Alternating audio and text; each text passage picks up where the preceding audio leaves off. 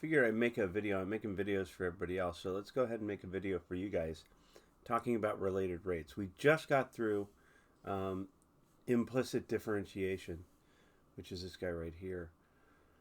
Pardon me. So,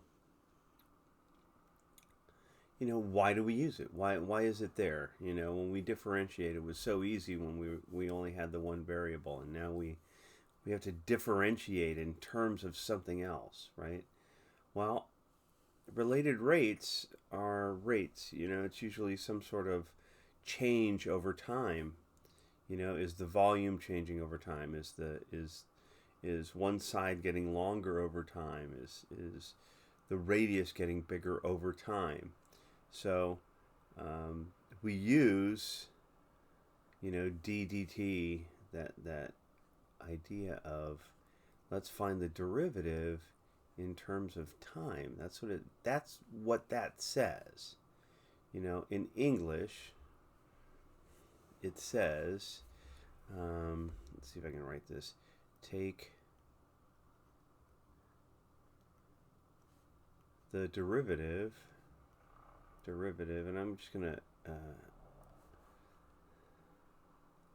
in respect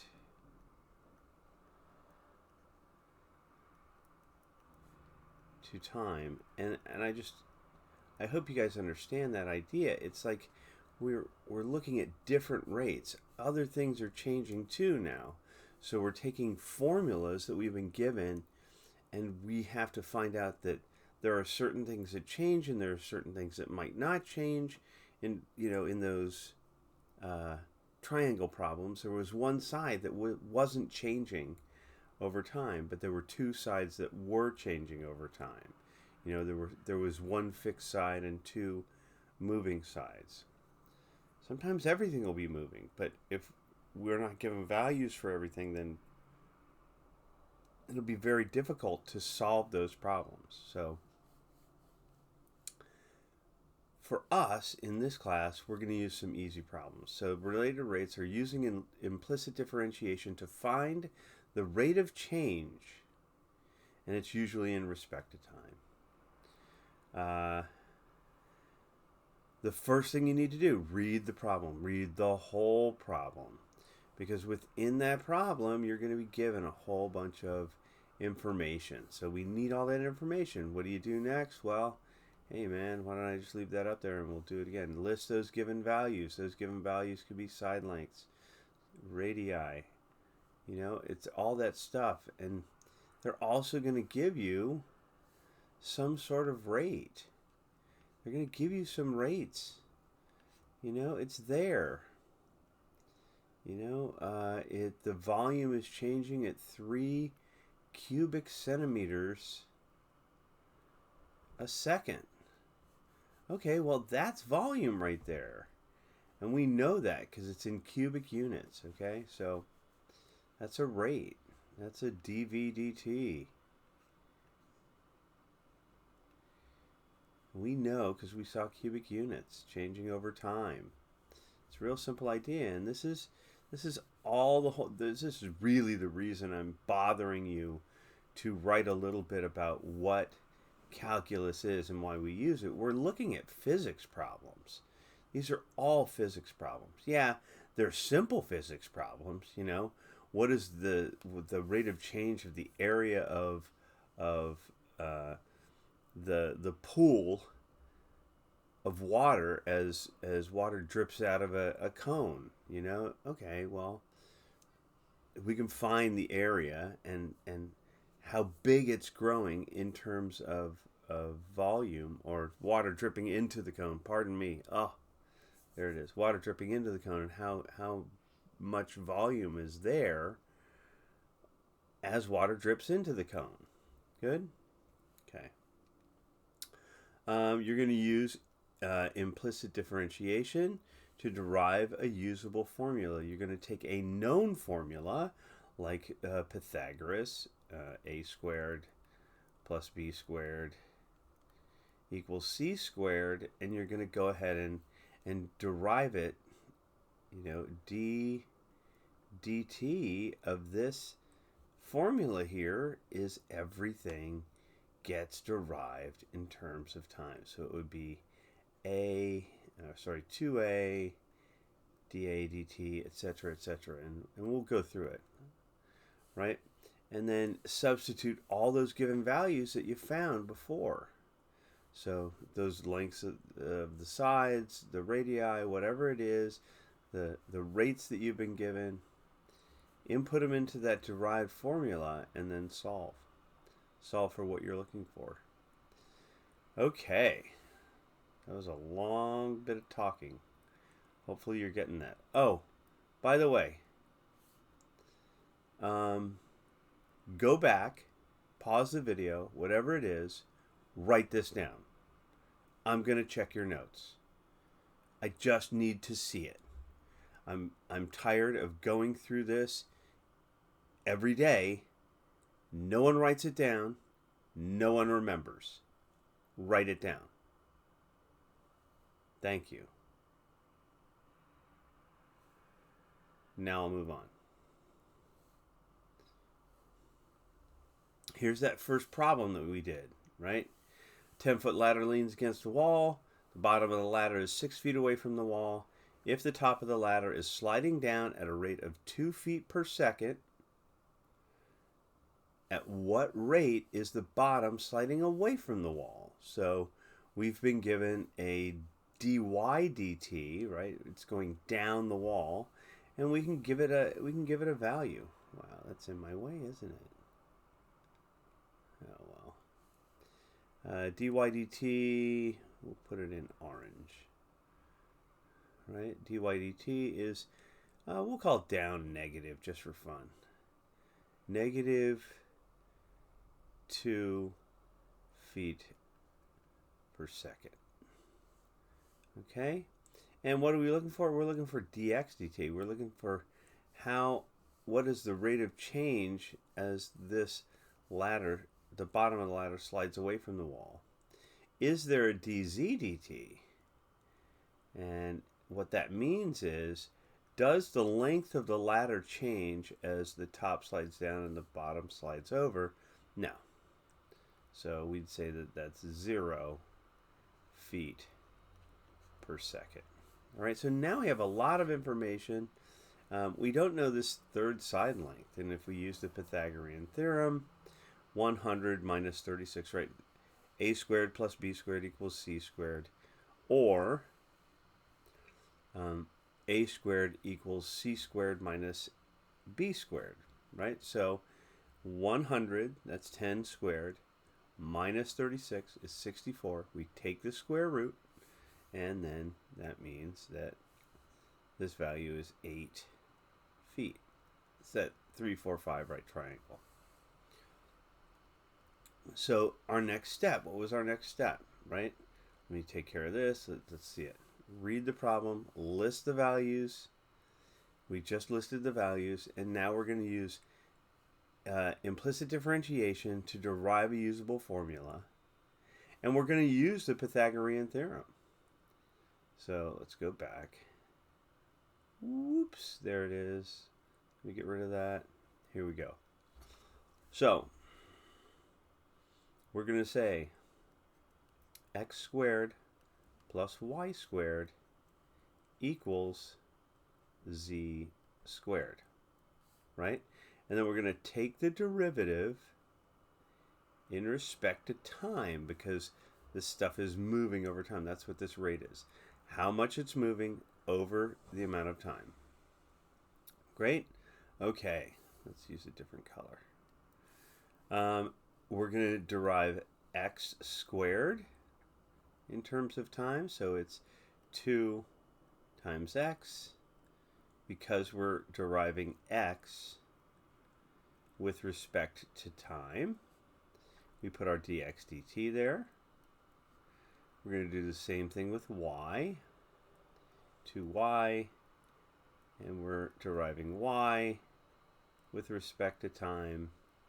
And last but certainly not least, 2z dz dt.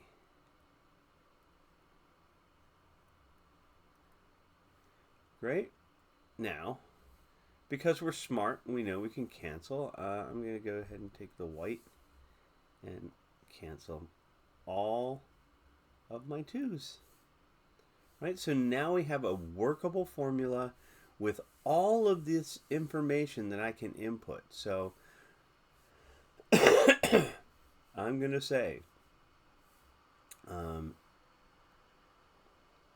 dx dt. Well, I'm not going to say that. I'm going to say that x is 6 feet, dx dt.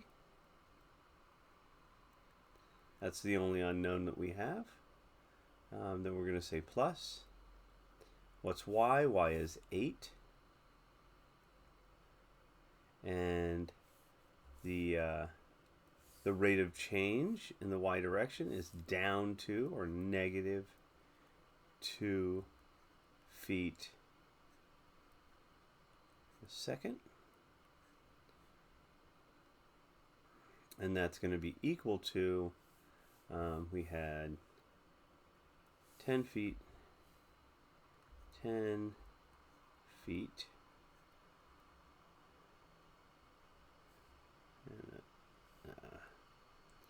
and that is being multiplied by 0 feet a second. Sorry, I'm running out of room.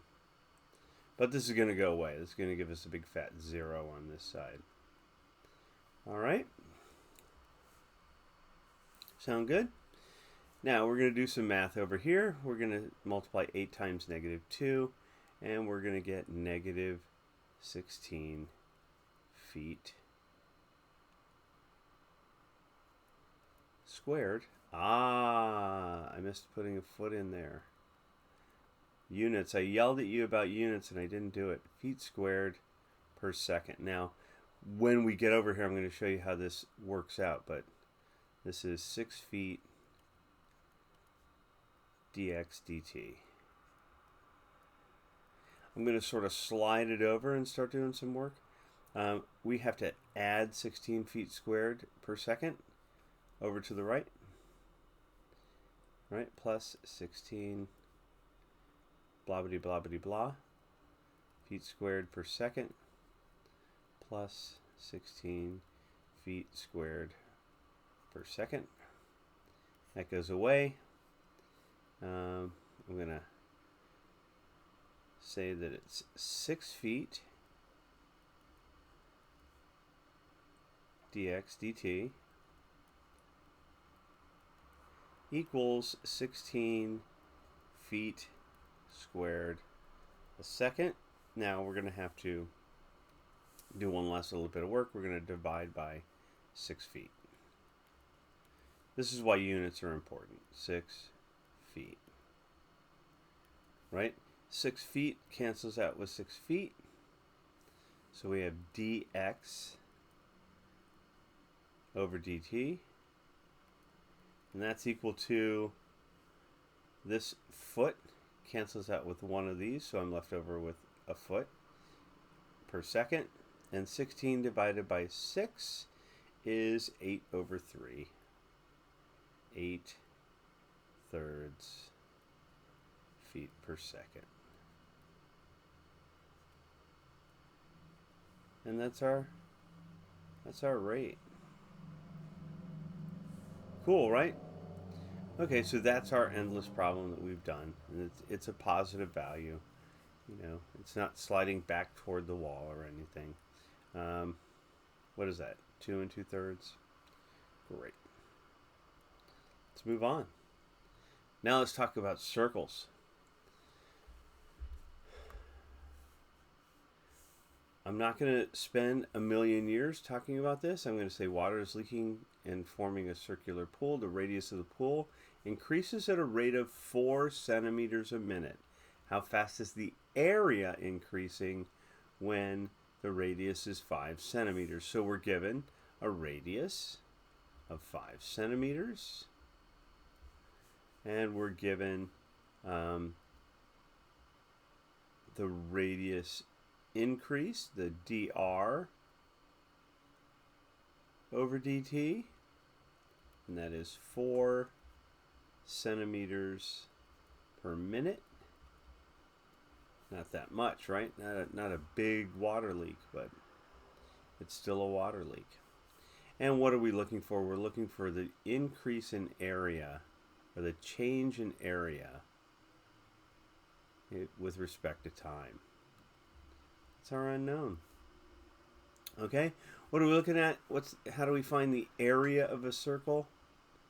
Well, that's a simple one, right? So area is equal to pi r squared. Cool. And then because this is a related rates problem, we're going to find dA dt. Change in area over time. Okay? And so let's do some work. Let's say dA dt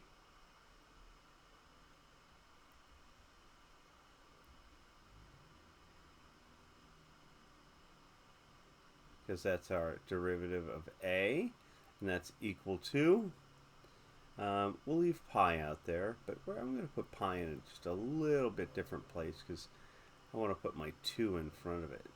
2 pi r. Okay?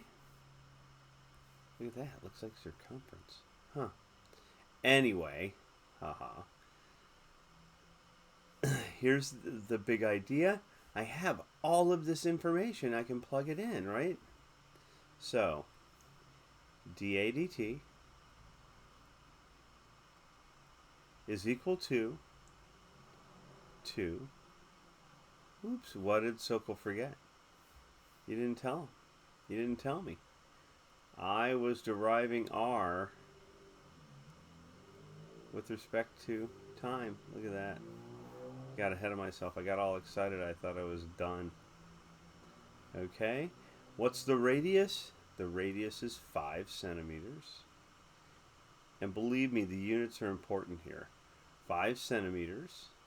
And then we're going to multiply that by the rate of change. And I'm going to write it a little bit differently than I did before.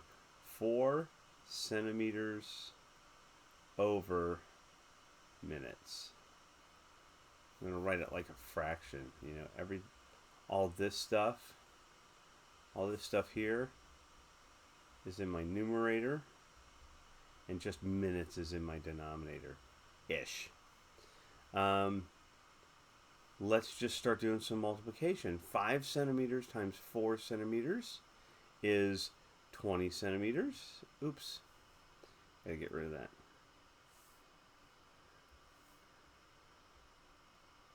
And 20 times 2 is 40. Well, centimeters times centimeters is pi. Centimeters squared over minutes. Right? So that's an area measurement, isn't it? That's area. Square centimeters. That's area. So change in area over time. Perfect. Let's move on. What's next? Another one. But this time, instead of looking for the change in area, the increase in area or decrease in area, we're just going to go find how fast the radius is changing instead. We're going to get the change in area. That's over here, the rate of change, the area.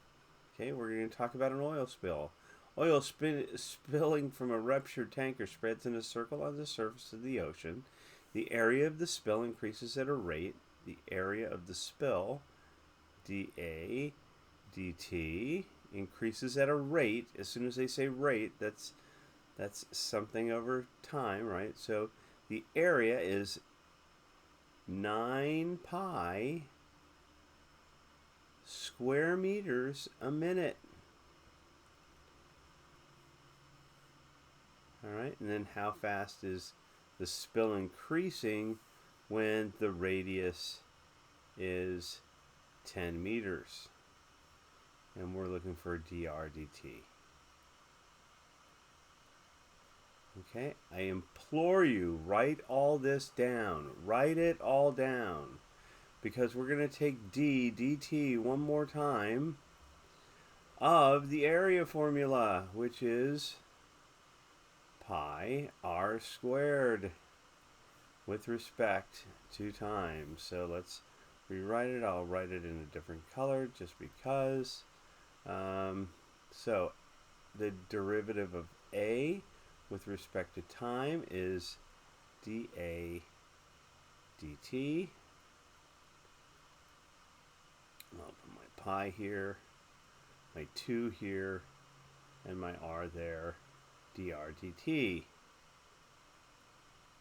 This is what we're solving for, right? dr dt. Well, what's happening here? You know, we got to fill in some blanks. So my dA dt is, do this. It's this guy here. It's 9 pi meters squared per minute. Okay. And that's going to be equal to 2 pi times 10 meters. Ah, look at that. It's going to work out perfectly. Dr dt. Great.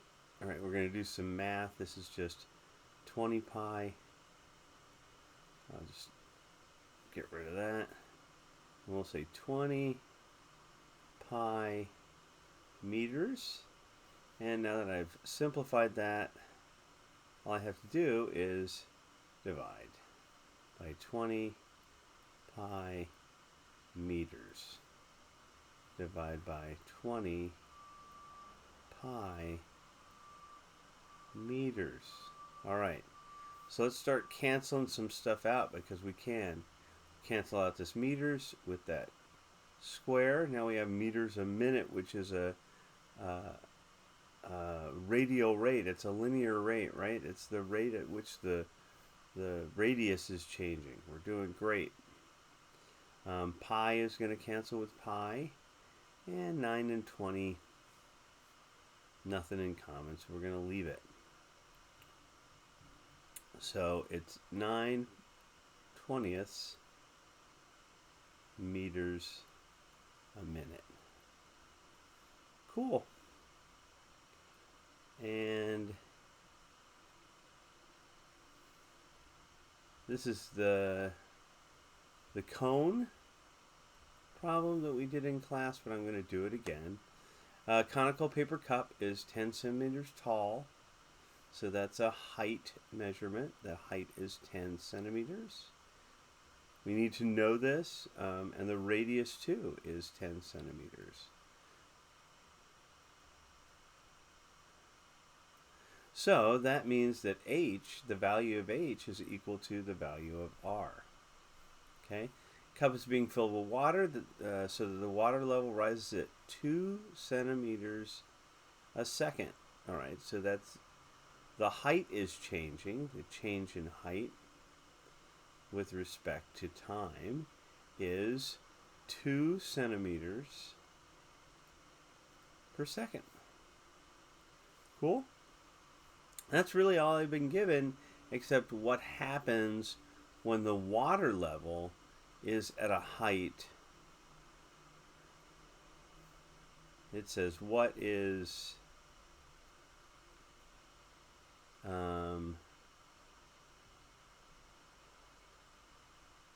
what's the rate the water is being poured in when the water level reaches a height of 8 centimeters. What is dV dt? Right? We want to find out what the volume is. Now, this is a very important idea here, because when we get to writing out the area for volume of a cone is equal to 1/3 pi r squared times the height. Well, if the height and the radius and we've been given a dH dt, but we haven't been given a dr dt. Well, I don't have that. That's what we're looking for, right? Now, at what rate is the height changing? Ah.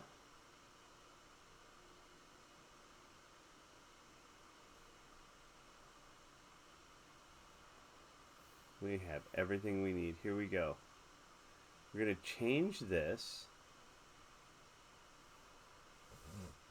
because r equals h. We have dH dt. We don't have dr dt. So we're going to get rid of the r. Ready? Set. This is the same thing, only because r and h for the full size are the same value. If h is the same as r, then this r squared is the same thing as h squared. So h squared times h is h cubed. Now derive. Now d dt it. And we have all the information we need. This is dv dt. That's what we're looking for, is pi h squared dH dt. Good. And then the height that we're using for this problem is 8 centimeters. That's what that says up here. So we have things that we can plug in. This was only given to us for reference so that we could find h equals r.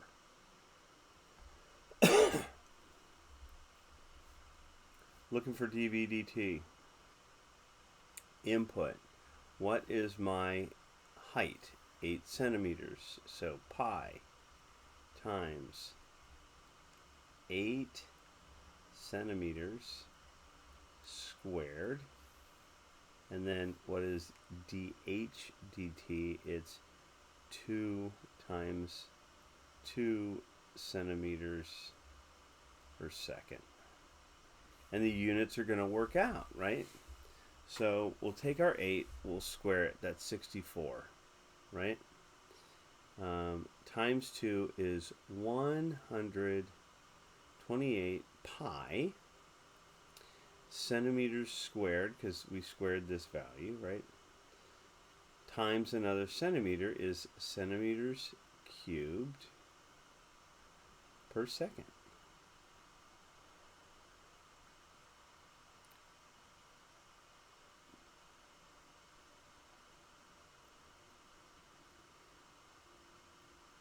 Great. And that's it, guys. We'll talk about the last problem on that sheet in class, and we're all done. Thank you. Don't forget. Don't forget. I'll add one. I'll add a layer. Don't forget. Write this stuff down. Come on. Stop ignoring it. All right. Take care, guys.